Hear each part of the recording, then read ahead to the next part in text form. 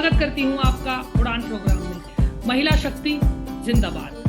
दोस्तों, आज की जो हमारी मेहमान हैं उनका नाम है मिसेस झूमा दत्ता जी, जो कि आगरा से हैं, और मैं आपको बता दूं she is the vice president in NIIT। और मैम को एक्सपीरियंस है कॉर्पोरेट वर्ल्ड का, और मैम एक्सपर्टाइज है ट्रेनिंग एंड डेवलपमेंट। आइए हम उनसे जुड़ते हैं और जानते हैं उनका सफर, उनकी कहानी और उनकी लाइफ कैसी है। Thank you, Neha ji. Thank you for inviting me in your show, and I really feel privileged. Just a small correction: I stay in Gurgaon and not in Agra. Okay. Yeah. So, little bit about myself. I have been working with the corporate world. It's been about 20-24 years. I work with NIIT Limited. And कहाँ से शुरू करूँ मैं अपना सफर? बचपन से, अभी से? आप क्या सुनना चाहेंगे? हम आपके एक छोटे से इंट्रोडक्शन से शुरुआत करते हैं। आप आगरा से हैं मैम? नहीं, मैं गुड़गांव से। नहीं, मैं गुड़गांव से। अच्छा, आप गुड़गांव। हम मिले आगरा में। हम मिले थे आगरा में, बिल्कुल, और उसी शो में मिले थे आप। सो आई एम बेसिकली, तो मुझे लगा आप आगरा से। ओके, क्या गुड़गांव से? क्या मैं भी गुड़गांव से, इसीलिए तो तभी तो आपकी और मेरी कनेक्शन ज्यादा अच्छा है। मैं यही कहने वाली थी दोस्तों, इंट्रोडक्शन तो मैंने मैम का दे दिया है, लेकिन प्रोफेशनलिज्म को अगर मैं बता दूं तो इंसान बहुत अच्छी है झूमा दत्ता मैम, जो मैंने फील किया। Thank you very much. हमेशा मुस्कुराती रहती हैं, और जब मैं इनसे मिली नहीं थी दूर से ही देखा, तभी मुझे इनके बोलने के अंदाज से जो पॉजिटिव वाइब्स आ रही थी मुझे, it's a compliment. Thank you. I take it as a compliment. And तो हम शुरुआत करेंगे आपके एक छोटे से इंट्रोडक्शन के साथ। आप कहाँ से हैं और आपकी लाइफ कैसी है और आप क्या करते हैं? Very good, thank you. I was born in a very conservative family. I was born in Calcutta, and I born in Calcutta, brought up in Lucknow, and then professionally settled in Gurgaon. आपको तो पता ही होगा Bengali families कैसे होते हैं, पढ़ाई के अलावा कुछ और होता नहीं है। तो मेरे अंदर भी वो शुरू से था। चूँकि मैं I lost my father very young when I was in, I think I was 4 or 5 years old. तो वो एक एडिशनल प्रेशर था कि कुछ बनना है, और जब सर पे बाप नहीं होते तो रिस्पॉन्सिबिलिटी ज़्यादा होती है और अकाउंटेबिलिटी ज़्यादा हो जाती है। मम्मी ने मुझे पढ़ाया लिखाया, सब कुछ किया। So childhood has been really struggling in the sense more of financials than anything else. But I am grateful to God and grateful to mom that I got the best of the education. और हमेशा से दिमाग में था कि कुछ ऐसा करना है, कुछ आगे बढ़ना है और सेल्फ इंडिपेंडेंट होना है, किसी के ऊपर डिपेंडेंट नहीं हो। तो इसी वजह से फिर मैं लखनऊ आई, लखनऊ से फिर मैं दिल्ली आई, फिर मैं पढ़ाई लिखाई करके दिल्ली में आके बहुत सारे ऑर्गेनाइजेशंस में काम किया। You can name it. I work with EXL, I work with Microsoft, I work with Dell, and then finally I landed up in NIT where I work, and I've been working with NIT for the last 11 years. And ये एक ऐसी company है जहाँ पे मैं पहुँची थी तो मुझसे पूछा गया था क्या करना चाहते हो, तो मैंने बोला था टेक से मैं बहुत बोर हो गई हूँ, इसलिए मुझे कुछ और करना है। तो जाके मैं ये training and learning and division में मैं पहुँची, और फिर यहाँ पे अपना जो है 10 साल 11 साल निकाल दिए, पता भी नहीं लगा। तो इसलिए कंपनी इज़ वेरी गुड। आप मोटिवेशनल ट्रेनिंग्स भी देते हैं? हम मोटिवेशनल ट्रेनिंग्स भी देते हैं, और हम सारे वर्ल्ड के लार्ज कंपनी के साथ काम करते हैं, लाइक शेल, फिर Dell, you name it, we work with them. तो ना खाली ट्रेनिंग्स डिलीवर करते हैं, बट हम ट्रेनिंग्स के बैक एंड ऑपरेशंस को भी करते हैं और कंटेंट भी डेवलप करते हैं। तो हमारा काम ये है एज एन ऑर्गेनाइजेशन, और मेरा काम ये है कि देश विदेश में घूम के लोगों से बिजनेस लाके उस बिजनेस को सेटल करके और फिर उसके बाद दूसरे बिजनेस देखो। तो मेरा काम ये है, तो मेरा ये रोल है। तो आपने यही प्रोफेशन क्यों चूज किया? इसका कोई स्पेसिफिक रीजन या आपको लोगों? नहीं, मैंने बोला ना, क्योंकि मेरे को जैसे कि मैंने आपको बताया, मेरे करियर अगर देखोगे पहले 10 साल जो टेक डिविजन, टेक और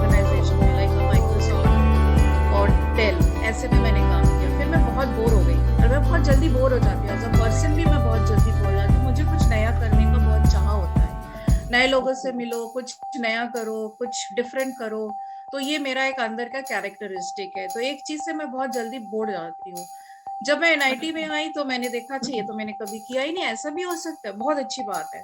तो वो इंटरेस्ट डेवलप होता गया। तो करीब 12 साल अभी कंपनी में हो गए। और फिर सबसे मजेदार बात ये है कि आप हर एक देश में घूम रहे हो, जो कि मेरा एक पर्सनल इंटरेस्ट है। You travel around the world and then आप हर लोगों से मिल रहे हो, डिफरेंट कस्टम्स को जान रहे हो, हर तरीके के लोग से। तो इसलिए मेरा यहाँ पे यकीन मानिए 11 साल कैसे बीत गया मुझे नहीं पता। And I still love working with it. तो मैम आपने जैसे बताया आप हर चीज से थोड़ा सा बोर हो गए थे, तो आपकी हॉबीज क्या है और आपकी कोई ऐसी फेवरेट चीज जब आप बिल्कुल खाली हो तो करना पसंद करते हो? ये आपका पैशन? मेरा पैशन, माय पैशन, सच बताओ नेहा, बहुत टाइम लगा ढूंढने में कि मेरा सच पैशन क्या है। बिकॉज मैं बहुत कुछ करना चाहती हूँ, एक वो भी प्रॉब्लम है मेरे साथ में। I wanted to be, I am a food lover, so I love eating food. तो मैंने सोचा एक बार फूड क्रिटिक बन जाऊँ। मुझे ट्रैवल भी बहुत पसंद है, तो मैंने एक बार ट्रैवल ब्लॉग लिखा कि चलो ट्रैवल ब्लॉग से चालू करते हैं। फिर मजा नहीं आया, तो फिर मैं सोचती गई क्या करूँ। Then I started love finding passion in numerology. तो अगर आप मुझे बोलोगे नौकरी के अलावा आप क्या करना चाहते हो, the only goal is numerology. So I am a certified numerologist. I practice numerology and I try helping people by doing this numerology, because ये मैं अपने पैशन के लिए करती हूँ। और जब वो न्यूमरोलॉजी करती हूँ और उससे लोगों को बेनिफिट मिलता है, और जब लोग आके मुझे बोलते हैं हाँ आपने बताया था और ऐसा हो गया, तो मुझे उससे बड़ी खुशी मिलती है। तो इसलिए मेरा पैशन जो है वो न्यूमरोलॉजी है। न्यूमरोलॉजी में मुझे इसके बारे में ज्यादा नहीं पता, थोड़ा सा बताइए क्या क्या होता है इसमें? क्या जैसे एस्ट्रोलॉजी होती है, आपने हर पंडित के पास जाते हो, आपके डेट ऑफ बर्थ, आपके जन्म का टाइम लेकर के आपके बारे में वो बताते हैं कि आपका क्या भविष्य है, क्या क्या है, ये सब एस्ट्रोलॉजी में करते हैं। न्यूमरोलॉजी एक ऐसा ब्रांच है ऑकल्ट साइंस का जहाँ पे सिर्फ आपके डेट ऑफ बर्थ और आपका नाम से आपको ये बता दिया जाएगा कि आपका फ्यूचर कैसे होने वाला है और आप क्या क्या रेमेडीज कर सकते हो जिससे कि आपको जो नंबर्स नहीं है उसका आपको बेनिफिट मिले और आप अपनी लाइफ को पॉजिटिव वे में देखना पसंद करोगे। और उसके लिए क्या क्या करना चाहिए, आपका डेट ऑफ बर्थ, नाम एंड डेट ऑफ बर्थ, पूरा डेट ऑफ बर्थ एंड हाँ जी बताइए। नाम तो पता है, आप अपना डेट ऑफ बर्थ बता दीजिए, मैं अभी बता दूंगी। 24 जुलाई 1987। 24 जुलाई 1987 मतलब 24 हो गया 6 नंबर। पहले तो मैं आपको बता दूं आप बहुत लकी है, बिकॉज 2 और 4 जो है 24 होता है। 24 को अगर हम ये 2 + 4 करेंगे तो 6 पे आता है। तो 2 नंबर क्रिएटिविटी के लिए होता है, 4 नंबर भी out of the box thinking होता है, और 6 नंबर जो है वो वीनस के लिए होता है, जो कि शुक्र का नंबर है। तो ये जो 24 नंबर है ये बहुत ही अच्छा नंबर है। तो आप बहुत क्रिएटिव है, आप बहुत out of the box think करती है और आप जुगाड़ से कुछ भी कर लेते हो। ये आपकी पर्सनल ट्रेट्स है। ओके नहीं लकी तो हूँ वैसे, मेरे फादर भी कहते हैं और मेरे पति भी कहते हैं, तो शायद आप लकी बहुत है, आप तो बहुत हो, आप मतलब इसमें कोई शक नहीं है। 24 नंबर के जो बर्थ होते हैं ना वो बहुत लकी होते हैं और उनके अंदर कुछ ऐसा बड़ा करने का होता है कि वो ढूंढ ही लेते हैं कि कैसे करूंगी या कैसे करूंगा। तो ये है आपकी ट्रेट, ये भी है। अच्छा एस्ट्रोलॉजी और न्यूमरोलॉजी बिल्कुल अलग अलग है। देखिए दोनों में तो थोड़ा सा तो मिलन है ही है, बिकॉज अगर मैं आपको एग्जांपल दूं, एस्ट्रोलॉजी में सूर्य मानते हैं, सूर्य का नंबर 1 होता है, और हम न्यूमरोलॉजी में भी नंबर 1 को सूर्य मानते हैं। तो रिलेशनशिप तो है, बट वो रिलेशनशिप किस लिमिट तक, कहाँ तक, वो एक डिफरेंट डिटेल्स में बात होती है। पर दोनों में थोड़ा बहुत जो है आपका रिलेशनशिप तो है ही है, आप उसको डिनाई नहीं कर सकते। एक्चुअली मुझे उसके बारे में ज्यादा जानकारी नहीं थी, इसलिए मैंने आपसे पूछा। नहीं बिल्कुल सही है, लोगों एक्चुअली होती है, कई लोगों को पता नहीं होता।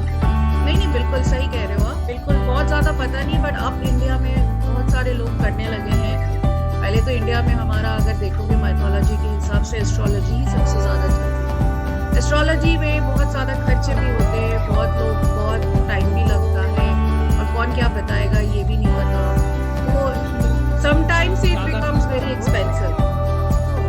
अब अगर किसी एस्ट्रोलॉजर के पास जाओगे, आपको बोलोगे आप पुखराज पहन लीजिए, वो पुखराज ही आएगा 25,000 का मिनिमम, ज़्यादा से ज़्यादा वो लाख पे भी जा सकता है।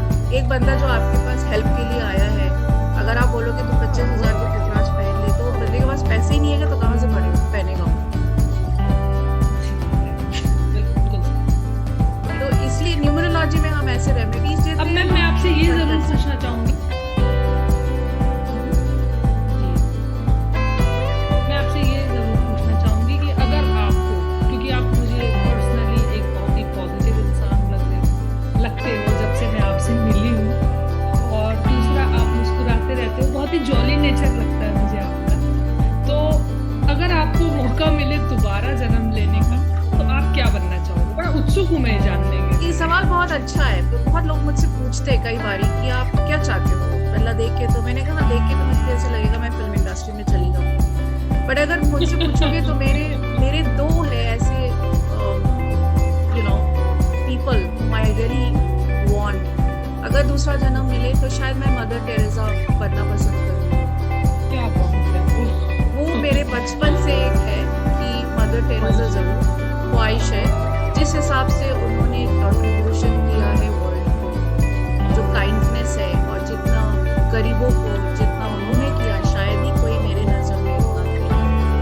और अगर उसका मैं थोड़ा सा भी कुछ पार्ट कर दूं तो फिर मेरे लिए बहुत बड़ी बात है। तो mother Teresa for sure. Second personality, I definitely love Indira Gandhi, so that for sure is a second option which I would definitely go for, Indira Gandhi, the only female prime minister of the country. महिलाएं रंग ला रही हैं, वो महिलाएं, सही बात है, महिलाओं के बिना कुछ हो भी नहीं सकता, कुछ नहीं हो सकता तो हमारे बिना। विश्व है, हम है तो सब कुछ है। तो मैम आप महिला शक्ति को, अगर मैं आपसे कहूँ एक शब्द में डिफाइन करें, तो आपके नजरों में महिला शक्ति क्या है? आप किस तरीके से देखते हो कि हम विमेन एम्पावरमेंट किस तरीके से? देखिए, मेरे हिसाब से तो आप मेरे से पूछोगे, महिला शक्ति is we all women are empowered. ये सिर्फ हम इंसानों, मतलब महिलाओं को सोचना चाहिए कि हम सब कुछ कर सकते हैं। अगर हमने एक बार ठान लिया तो हम सब कुछ कर सकते हैं, पर वो ठानना मेरे हिसाब से किसी पे डिपेंडेंट नहीं होना चाहिए, और अपने आप से सब कुछ करने की कोशिश करनी चाहिए। हालांकि हमारे निजी जिंदगी में हम अक्सर अपने हस्बैंड, अपने फादर, भाई बहन सबके ऊपर डिपेंडेंट होकर काम करना चाहते हैं। कई बार हमारे पास ऑफिस में आते हैं, मैम बच्चा हो गया, अब तो नौकरी नहीं कर सकती, शादी हो रही है, नौकरी नहीं कर सकती। और मैं एक ऐसी इंसान हूँ थ्रू आउट माई लाइफ कि मैंने नौकरी किया है, तो मेरे लिए सिचुएशन से कोप अप करना बहुत ज़्यादा ज़रूरी है, ऑल्टरनेटिव सॉल्यूशंस निकालना ज़रूरी है, रादर दैन कि नौकरी छोड़ के बैठ जाओ।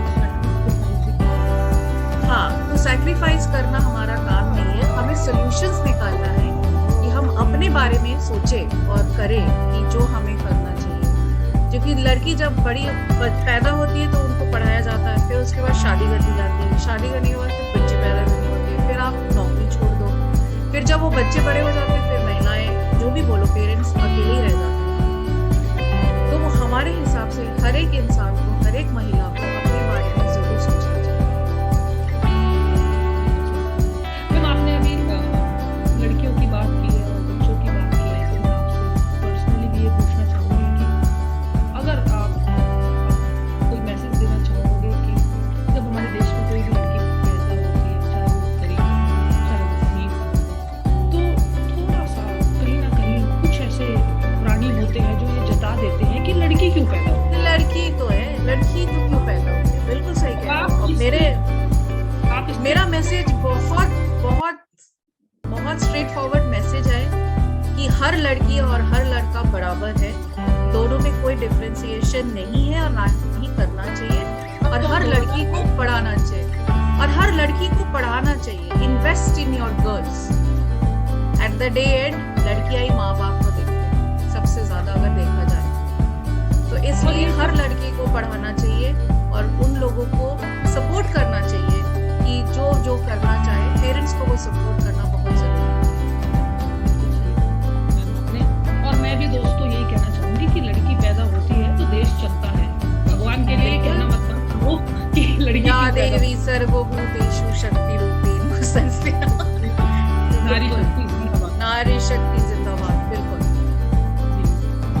तो मैम अब बहुत अच्छा लगा मुझे आपसे बात करके। अब आप जाते जाते कोई मैसेज देना चाहोगी महिला शक्ति के ऊपर, या आपके मन में कुछ अच्छा थॉट या विचार आ रहा है जो आप कहना चाहोगे? जागो महिलाएं, टाइम आ गया है, हम सब कुछ कर सकते हैं। आपका तो ऑरा ही अलग है मैम। मतलब आपको देख के मुझे एक एनर्जी पासिस होती है, पॉजिटिव एनर्जी। मैं हमेशा से ऐसी हूँ, और जो भी मेरे पास आते हैं मैं हर लड़की को बोलती हूँ बिल्कुल नौकरी करना चाहिए, बिल्कुल शादी करनी चाहिए, सब कुछ बैलेंस होना चाहिए, सब कुछ करना चाहिए। There is nothing that you can't do, but you should look for a solution कि कैसे करा जाए। ये नहीं कि मैं नौकरी छोड़ दूँ, नहीं मैं आज रात की शिफ्ट है, मेरे पति मना कर रहे हैं, ऐसा नहीं है। मेरा तो बहुत सीधा सा बात ही मैं करती हूँ, जब तुम प्यार में शादी करने से जब you are seeing each other like a boyfriend girlfriend, तब तो माँ बाप से फिक्स में नहीं गए थे ना। तो नौकरी करोगे तो पूछोगे पति से कि मैं नौकरी करूँ कि नहीं करूँ, ऐसा नहीं है।